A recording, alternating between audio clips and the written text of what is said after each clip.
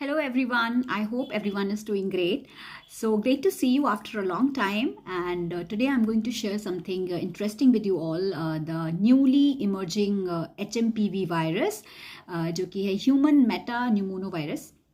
I've already told you about this, that this pneumovirus has been reported in Bangalore, India, in an 8-month-old baby, and इसके बारे में आज हम discuss करने वाले हैं. हालांकि there is no alerting situation, there is nothing to worry, so everything is in control.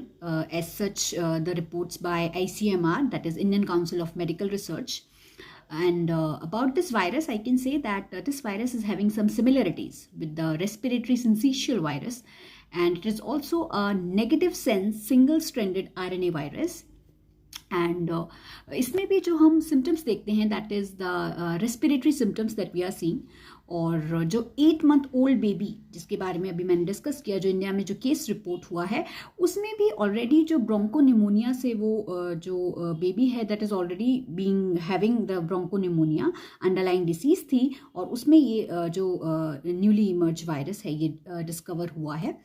और इस वायरस की जब की हम बात करते हैं तो इसका जो रिसेप्टर है, दैट इज़ द इंटेग्रिन जो है वो इसका रिसेप्टर है. इसके अलावा हिपेरन सल्फेट जो है वो इसका रिसेप्टर के तौर पे सामने आ रहा है. एंड सिम्टम्स की जहाँ मैं बात करूँ तो सिम्टम्स में जो है वो रनी और स्टफ़ी नोज़ है, बिल्कुल रेस्पिरेटरी सिम्टम्स की तरह. कफ जो है वो देखा जा रहा है, कफ जो है वो इसकी अंडरलाइंग सिम्टम्स में आता है. शॉर्टनेस ऑफ ब्रीथ है. मेनली जो सिम्टम्स है वो रेस्पिरेटरी सिस्टम के अराउंड रिवॉल्व कर रहे हैं. सोर थ्रोट है, गला सूखा हुआ, वीजिंग, कफिंग के साथ साथ. इसके अलावा फीवर का जो है सिम्टम वो सामने आया है, और रैशेस जो है वो दिख रहे हैं. तो इस तरीके से जो ये कुछ इंपॉर्टेंट चीज़ें थी जो मैं आपसे डिस्कस करना चाहती थी about this मेटान्यूमोनोवायरस.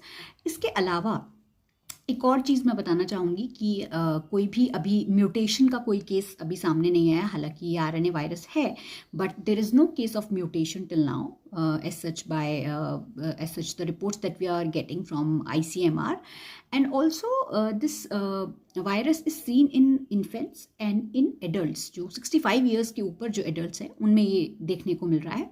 So that is all about this small glimpse about this human metapneumovirus. And whenever we will be getting something about it, we will be telling. But these are then an important update that I want to give. I hope this video helps you. Thank you so much, and keep learning, keep shining. Thank you.